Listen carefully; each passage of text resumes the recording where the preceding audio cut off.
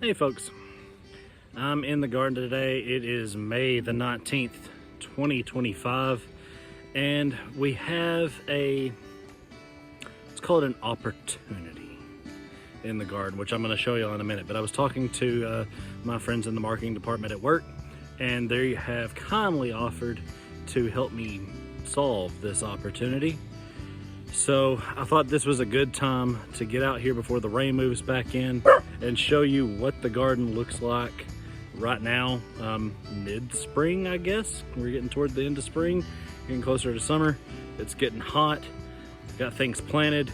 We've had a bunch of rain and things are starting to kind of get overgrown, which is normal for this time of year. So after I clean it up, I'm gonna try to make another video. One of these days, I'm gonna make a video where my garden looks pristine. Okay, so the first thing that you guys are gonna notice is that I've got garden tools and pots and soil and stuff scattered everywhere. I'm not cleaning for you people. This is real life. This is the true and true folk bespoke. No, really, I just decided to do this video spur of the moment, so I didn't take that much time to prep. But I did take this bug netting off of the bed so we can see what's actually going on. I haven't looked in these beds in the past couple of weeks, so I'm discovering things right along with you. But this is the first bed. This is traditionally our brassica bed because it gets a lot of shade from the thicket. And so sun-loving plants don't do very well here. But shade-loving plants, things like we're gonna see in a little while that bolt when it gets too hot, seem to love it. So these tall plants right here, all here, those are potato plants. Oh, there's one there too, getting on the bottle tree. So the potatoes obviously will grow all in the dirt underneath all of these all of these bok choy and tatsui, and then hopefully those will be harvested sooner than later. And then when I harvest the potatoes and dig them all up, I won't have to destroy a bunch of plants in the process. But I didn't plant potatoes here because that's where the asparagus grows, and I've let some of these asparagus go to fern to feed the plant. But you can see if you compare this asparagus stalk to the same one I filmed in the falls video, it's almost doubled in thickness over the year. And so all these little smaller ones, hopefully they'll be getting in bigger in the years to come. This side is bok choy and this side is tatsui. I hope I'm pronouncing that right. I'm just reading the seed packet. I've never heard anyone actually say it. If I'm saying it wrong, please let me know in the comments. On this trellis, we have golden snow peas from Baker Creek growing, and they're doing pretty well. Those are a great little snacking pea, or useful for adding to salads or stir fries, what have you, that sort of thing. Inside of this pot, there is a teeny little tomato plant. You can kind of see them right there. He'll come up in the days to come, but those two plants that are growing around it are kohlrabi, and I'm hoping that they'll make a big enough head that I can actually make coleslaw out of them and stuff. I've never successfully grown kohlrabi before, but this is the furthest along that I've ever got them, so I'm more hopeful than usual. This is the first brassica bed, and this year we did plant mesclun lettuce, which was the only lettuce seed that I had actually go all the way to an actual plant instead of just seed. But we did have that flood and tornado that took out a whole lot of my seed starts and stuff, and that was just the only thing left. And then all along the border here, I have carrots growing, and I don't remember what kind because the flood washed away the label, but I have gone in and thinned them so there's only a few plants every once in a while, and hopefully they'll get nice and big and juicy and we'll have carrots later. All in the rest of this bed, this is all turnips that I planted last fall. If you watched the last fall's video, you'll remember me talking about this. but the turnips themselves never really got all that big. So the ones that I harvested out of this area, they were pretty unimpressive. I don't even think we ate them. I think I ended up just composting them. But I decided to just let all the rest of these go to seed. That's what all these little tiny pods are. And so I'm hoping that as these die down and dry up, that they'll just drop and reseed, and I can establish a permanent turnip bed the way we've done with the garlic. And speaking of the garlic, it's doing awesome. As you can see, I have already cut the garlic scapes. I meant to make a video of those and I forgot, but I pickled all of the garlic scapes, and I threw in a couple of leek scapes and onion scapes just to see how they did and what they're like. But the majority of what I canned was garlic, and there's a dried allium in the center there. That's fine. He can reseed and he'll live his best little life. These are blackberry bushes that I planted last year. As you can see, they have like taken over. Toward the end of last year, they had kind of sent a little tendril over to the garlic bed and tried to establish there, but I just retrained it up. But as you can see, the blackberries are looking nice and big and plump and juicy. So if I can keep Miranda Squirrel and Adelaide the garden thief out of that bed, then hopefully we'll be having a pretty good blackberry harvest pretty soon. Those are chives. I've got to plant some of those before I go back inside. Don't let me forget, because Miranda's making baked potatoes with fajita chicken tonight, and those are going to be the topping. Chamomile, these things just came up on their own. There's some that we planted last year. They've done amazing. We haven't harvested any. I'm not really sure how to harvest them for tea. I probably need to look that up, but they're doing really good. So if you remember from last year's video, this bed was a complete failure, and this is the bed that we had our squash in. Something was wrong with the soil, the plants didn't do well, and then the squash bugs pretty much finished them off. So this year, Miranda had a brilliant idea, and I don't know why we didn't think of it sooner, but we decided to plant our squash in grow bags and just set them into this bed. I don't remember what we had here before. I know the leeks were something that was there because they're still there. We didn't move them. You can see that's what a scape looks like. That's a leek scape, but the garlic scapes look very similar. I need to trim that thing off so that the leek plant will redirect its energy to growing a bigger base and a bigger bulb rather than making a flower and seed. But all of these leeks are ready to harvest, and we have been harvesting them, and we've been having things like quiche and leek and potato soup, and they've been delicious and amazing. But all around them in these grow bags, like there, are these squash plants. And if we take a peek in here, we can see there are several squash blossoms, which are completely edible. You pick these things off, stuff them with cheese, roll them in batter, and fry them, and they're amazing. But then also, if we look right here, we're starting to get zucchini. So that's exciting. And this entire bed will be squash and leeks. I tried to plant sunflowers in the center, but have yet to see a baby sunflower plant pop up. And then I also tried to plant dill in the center, and it hasn't come up yet. And some of that stuff is finicky. It doesn't come up until it gets really hot. That's a tomato plant that needs a cage. There's the cages. I just haven't done it yet. Here's our strawberry barrel.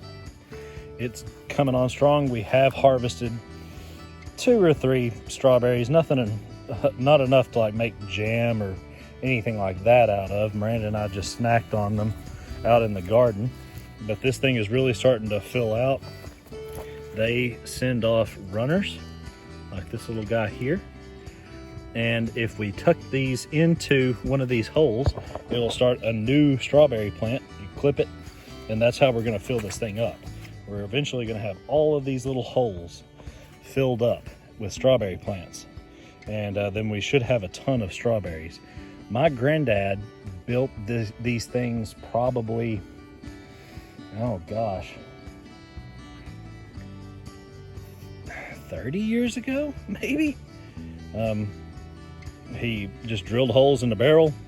At the time, he went and got a bunch of cotton husks from the cotton gin in my hometown of Black Oak and filled that up. I filled it up with compost from my garden, which is why there's this little volunteer tomato plant that's coming up. I have no idea what kind that is, but this is a well point for making like a irrigation well in a field, and you just put a water hose in the top here and it waters the entire pot. It's kind of like a pre-modern green stalk, I guess. But I have another one of these. I just haven't made enough compost yet to fill it up. And then we still have to paint it, and this one's, the paint's starting to come off of it. I probably should have done 2 coats, but it is what it is. There's another squash plant and a tomato plant. I don't remember what that is. This is all yarrow that just, I think it grew wild. We may have dropped seeds in here a couple of years ago. It's not a particularly impressive flower, but the plant's pretty, and it provides pretty good ground cover for this border bed that gets a lot of grass and stuff from the cow pasture. And there's a little baby, teeny little tomato. What kind are you? I don't know what this is. This is Brandon's handwriting.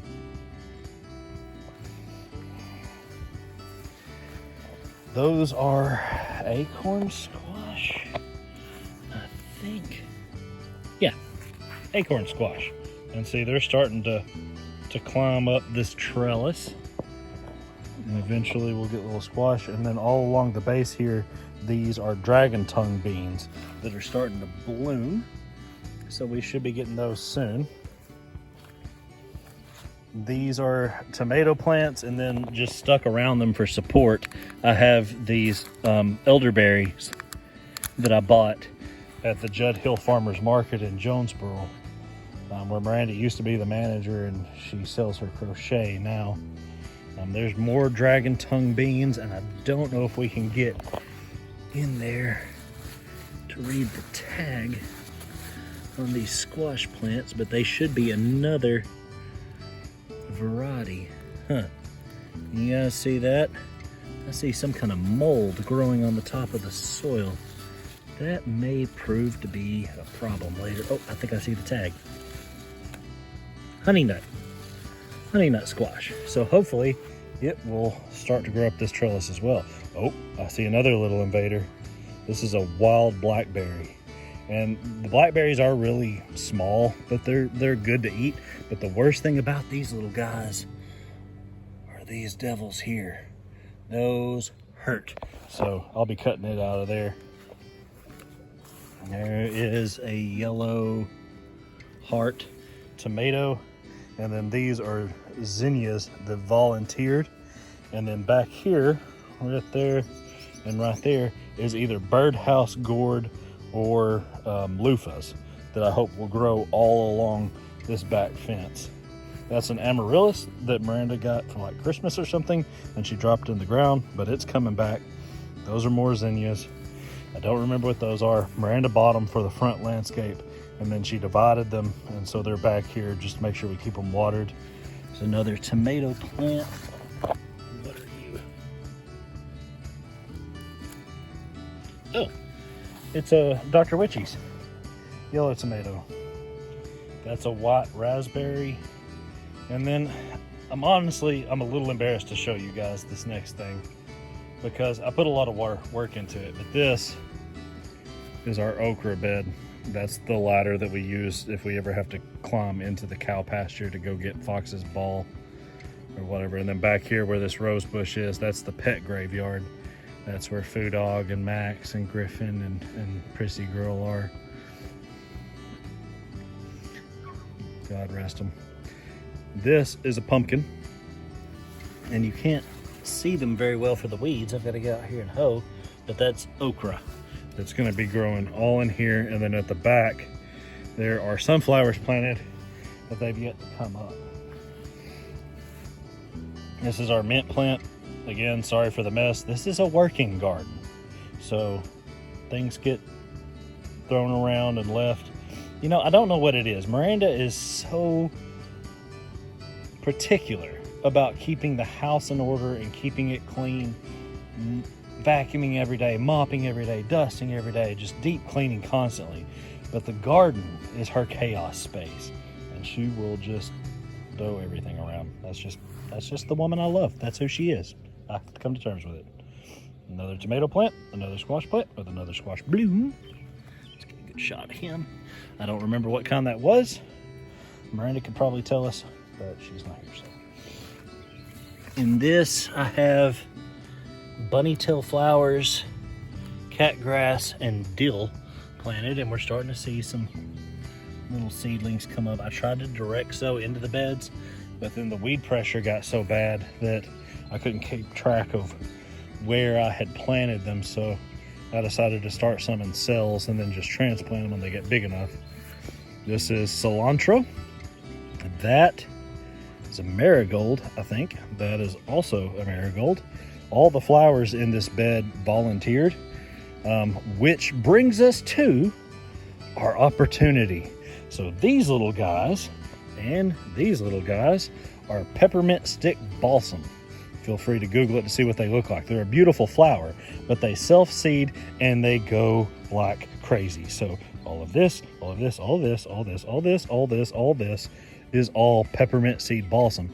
And they can't be allowed to stay in this bed because they will shade out the tomato plants that are in there, and the cilantro and basil and oregano and all the other good stuff that I've planted, and make them to be dead. So to keep that from happening, I have pulled up a bunch of these, and I'm going to be giving them away to my friends at work, and I'm going to try to sell some that I've potted up at the farmer's market and see if I can get rid of them.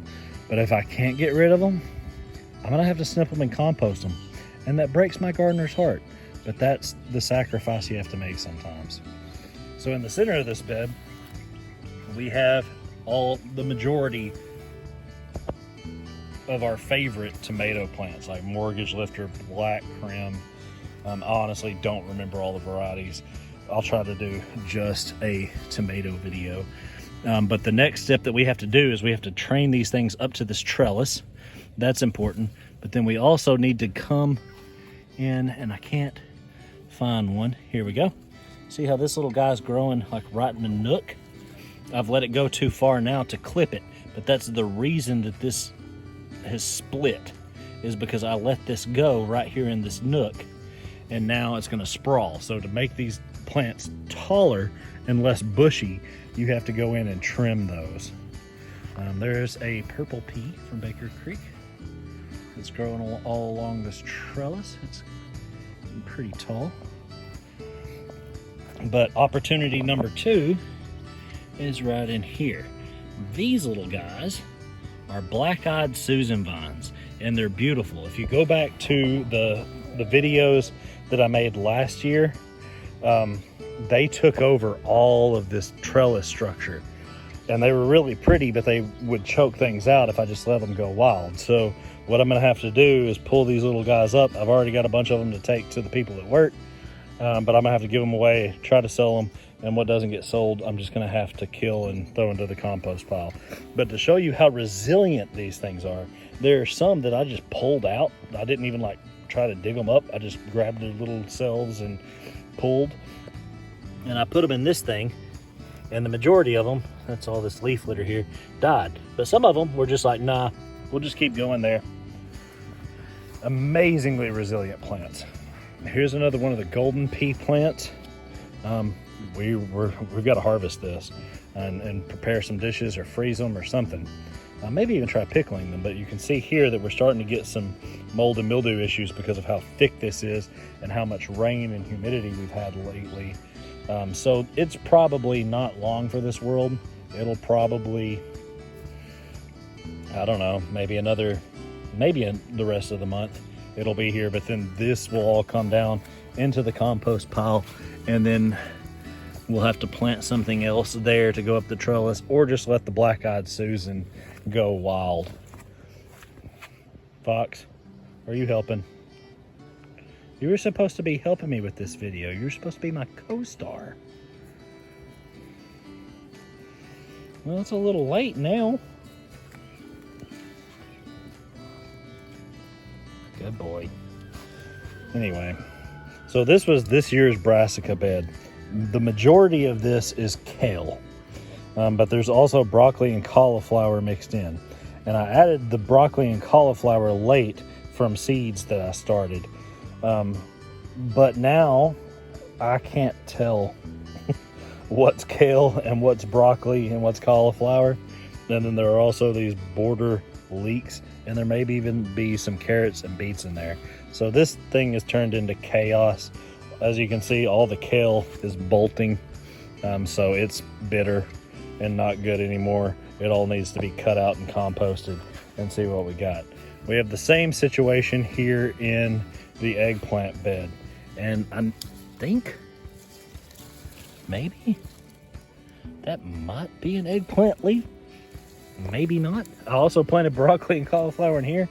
I'm pretty sure we bought eggplant plants, but I don't know if we ever actually planted them. But we have that same problem here. All of this needs to go and needs to be replaced with eggplants and other things.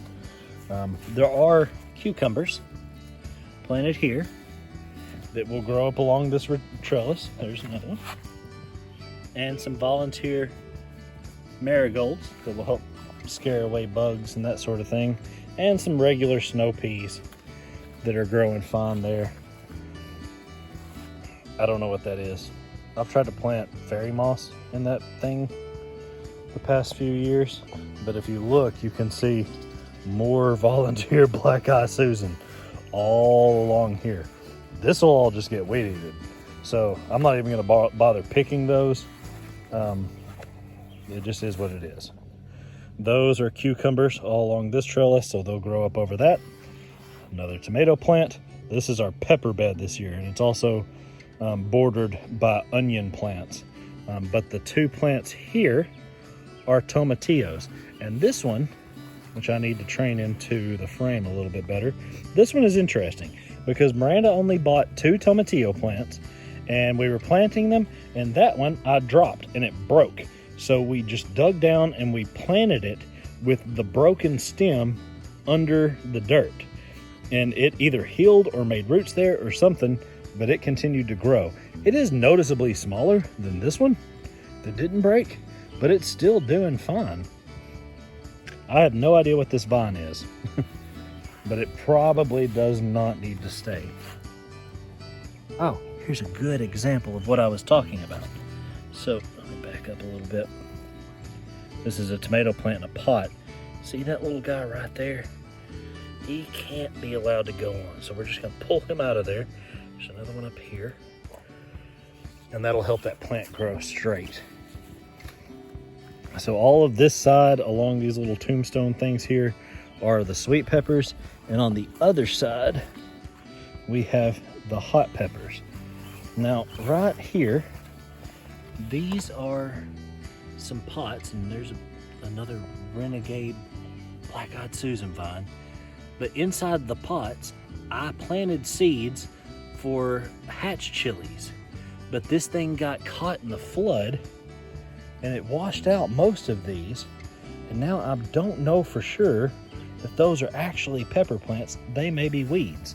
But if they're not, I won't have any hatch chilies this year. But one thing that the flood did do good is that it washed the soil away from my onions. And so this is the first year since I've ever been gardening that I've actually got bulbs of onions growing. Because if you leave them under the soil, they'll just grow into green onions. And you can see there's a lot of grass popping up that I've got to weed out. Okay. That about wraps it up. We have Miranda's potted plants that she brought inside. The lime tree's doing really good. Where are the chickens? They are not in Chateau de Cluck. Chickens! Yeah, I'll find them in a little bit. The green stalk's doing good. A bunch of herbs. There are some weeds that need to come out, but Miranda was going to.